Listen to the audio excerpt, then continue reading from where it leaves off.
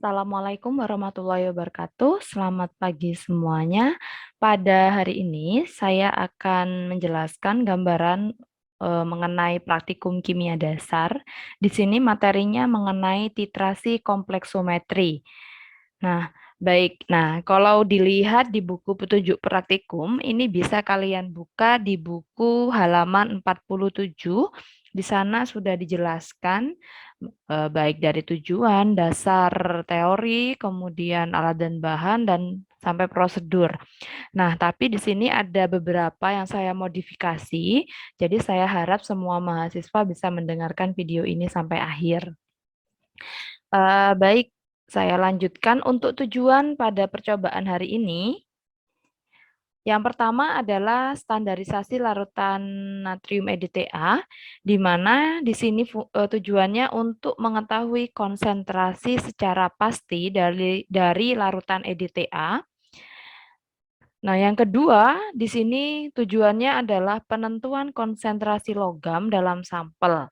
Nah, sampel yang digunakan adalah MgSO4 atau magnesium sulfat. Nah, di sini saya jelaskan dasar teorinya sedikit ya. Jadi, titrasi kompleksometri termasuk ke dalam analisis volumetri, di mana didasarkan pada reaksi pembentukan kompleks. Jadi, prinsip dasarnya adalah reaksi pembentukan kompleks. Nah, di sini reaksi pembentukan kompleks itu terjadi antara ion logam dengan ligan atau pembentuk kompleks. Saya ulang lagi. Reaksi pembentukan kompleksnya terjadi antara ion logam dengan ligan. Nah, di sini ion logamnya adalah Ca atau Mg, kemudian untuk ligannya itu bisa EDTA atau asam etilen diamin tetraasetat. Nah, saya beri contoh di sini ya. Ini permisalan. Ca2+ misal warnanya hijau ya begitu ya. EDTA di sini ada warna biru. Nah, ketika membentuk suatu kompleks jadi akan membentuk CaEDTA, kalsium EDTA, di mana ini akan menghasilkan warna yang baru. Nah, jadi ciri-ciri dari senyawa kompleks itu berwarna. Ini adalah pengertian yang lebih spesifik terkait dengan ligan. Jadi ligan itu merupakan gugus molekul atau ion yang terikat pada ion logam. Ini ya, contohnya adalah EDTA. Kemudian ini adalah beberapa indikator kompleksometri yang bisa digunakan. Jadi ada silanol orange, ada murexit, ada eriochrome black tea atau disingkat dengan EBT, dan ada kalsein. Nah, indikator kompleksometri ini merupakan zat warna yang dapat membentuk kompleks dengan ion logam yang berwarna pada daerah pH tertentu. Jadi ada rentang pH-nya di mana pada rentang pH tersebut indikator ini bisa bekerja dengan baik. Nah, pada percobaan hari ini digunakan indikator EBT di mana EBT ini rentang pH-nya adalah pada rentang 7 sampai 11. Jadi sedikit basah ya, ini pada daerah basah. Nah, jadi pada percobaannya larutannya itu dipastikan dalam kondisi ini. Caranya yaitu dengan menambahkan kertas lakmus. Nah, misalkan kertas lakmus yang ditambahkan itu merah, maka diusahakan sampai warnanya itu berubah menjadi biru. Jadi pH-nya ada pada rentang ini. Nah, pada pH tersebut, nah, indikator EBT ini berwarna biru. Tetapi ketika berikatan atau membentuk kompleks dengan ion logam, ini M ya, di sini ini metal, maksudnya logam, maka akan berubah warna menjadi merah. Ini adalah strukturnya dari EBT. Kemudian ini adalah prinsip reaksinya yang terjadi ketika terjadi perubahan warna pada indikatornya ya. Ini bisa dilihat. Jadi pada titrasi kompleksometri, ketika saya stop dulu di sini. Jadi pada Erlenmeyer di sini larutan bukan sampel ya. Ini adalah pada proses standarisasi. Jadi yang ada pada Erlenmeyer itu adalah ion Ca2+. Saya ulang lagi, ion logam yang ada pada proses standarisasi itu adalah ion Ca2+. ketika ditambahkan dengan indikator EBT di sini ya, coba dilihat apa yang terjadi. Nah, akan terjadi perubahan warna menjadi merah anggur. Jadi EBT-nya akan berikatan dengan logam Ca ini. Karena membentuk kompleks, maka larutannya berwarna merah. Saya stop dulu. Ya, saya ulang ya, ketika indikator EBT membentuk kompleks dengan logam, maka akan terjadi perubahan warna menjadi merah anggur. Nah, setelah ditambahkan indikator, dilanjutkan dengan titrasi, di mana titrannya ini adalah ligan, yaitu EDTA. Nah, ketika ditambahkan dengan ligan, coba dilihat, maka EBT-nya akan terpisah karena ion logamnya berikatan dengan EDTA. Ini ya, Ca-nya berikatan dengan EDTA dan EBT-nya akan bebas. Nah, karena EBT dalam posisi bebas, maka larutannya akan berubah warna menjadi biru. Jadi ketika ion logamnya berikatan dengan EBT akan membentuk larutan merah anggur. Ketika dititrasi dengan EDTA, maka ion logam akan berikatan dengan EDTA dan EBT akan lepas dan menyebabkan larutan berubah warna menjadi biru. Ini prinsip reaksinya sampai terjadi perubahan warna. Oh, ini sudah ya. Saya lanjutkan lagi.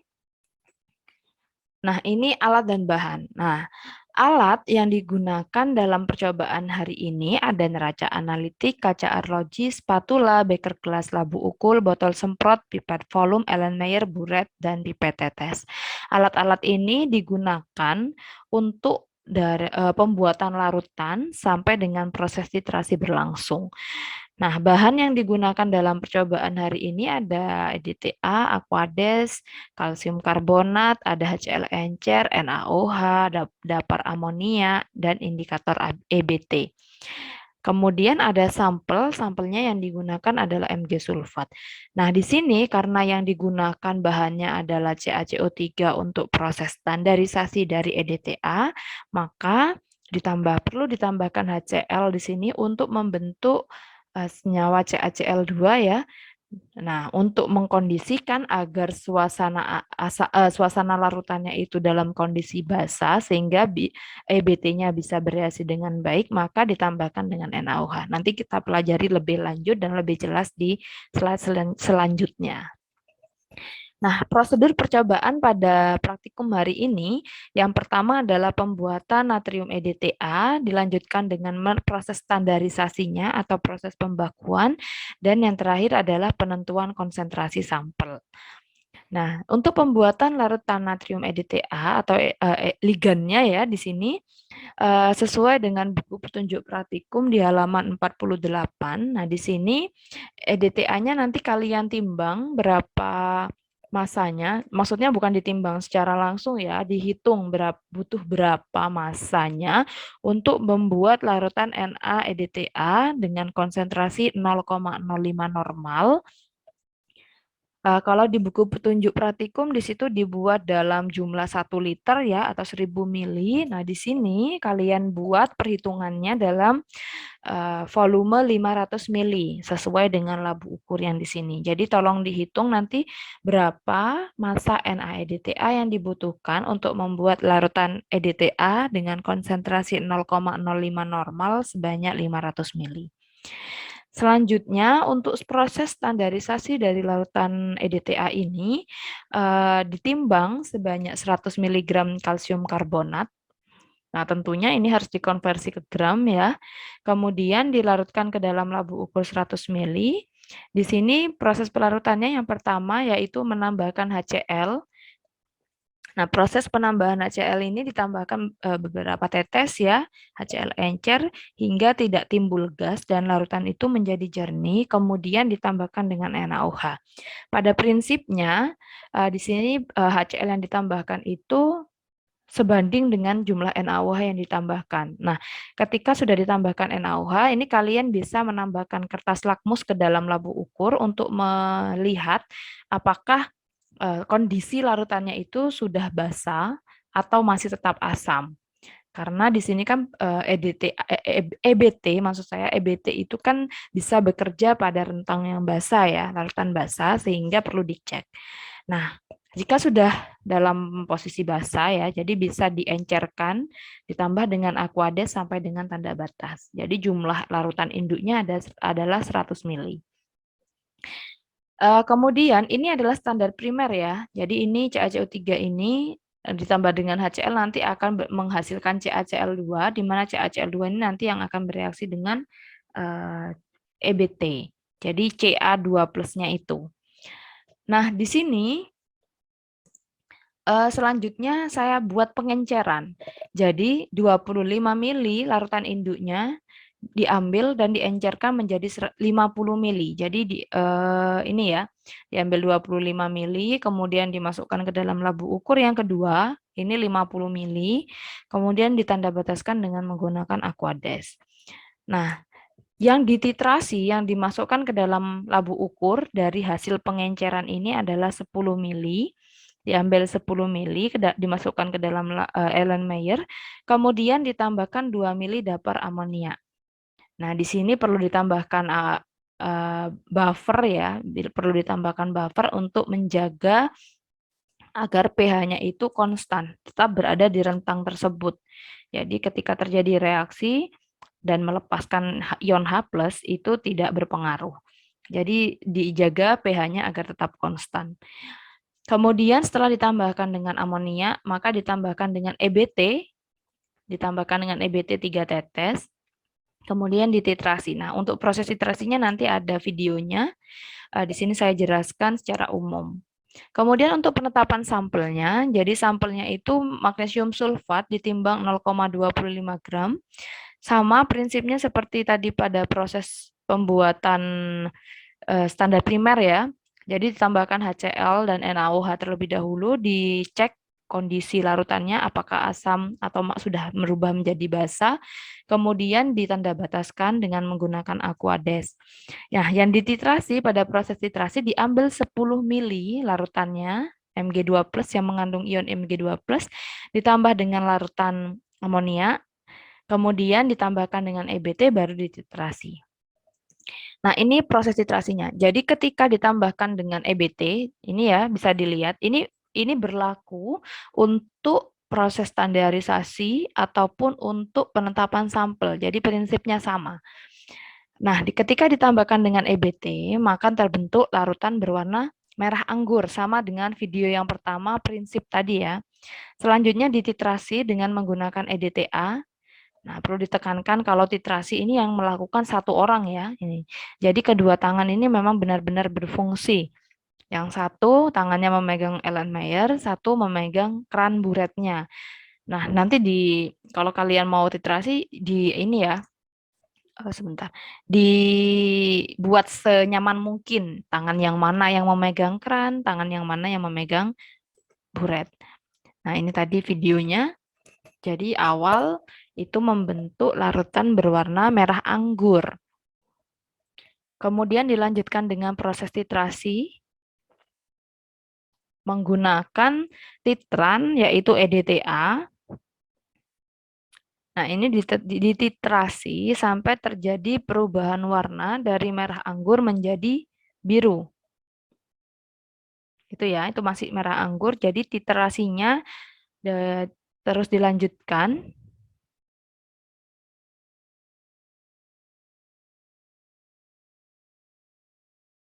Nah, ini videonya dibuat lebih. Nah, ini sudah terjadi perubahan. Nah, ini dalam bentuk slow motion ya. Ini masih ada warna ungunya. Titrasi tetap dilanjutkan. Nah, ketika sudah berubah warna menjadi biru, nah, ketika sudah berubah warna menjadi biru, titrasi dihentikan. Titrasi dihentikan dan dilihat berapa volumenya. Nah, di sini bisa dilihat ya, untuk membaca berapa volume yang dibutuhkan. Di sini dilihat yang meniskus cekungnya.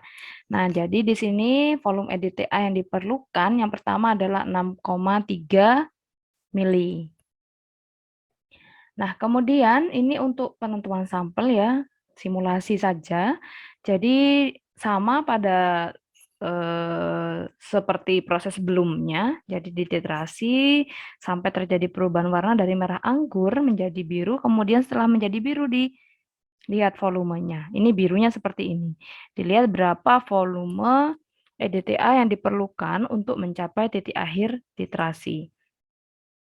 Nah, selanjutnya format laporan. Nah, laporan di sini sama seperti pada percobaan sebelumnya, ditulis tangan, kemudian dikirim dalam bentuk link ya. Untuk formatnya yang pertama judul, kemudian tujuan, alat dan bahan, prosedur kerja, data percobaan, perhitungan, dan reaksi kimia. Untuk semua yang ada di sini, ini disesuaikan dengan yang saya jelaskan pada video, seperti tujuan, kemudian prosedur kerja, terkait dengan volume, massa. Nah, itu disesuaikan dengan yang saya jelaskan di video.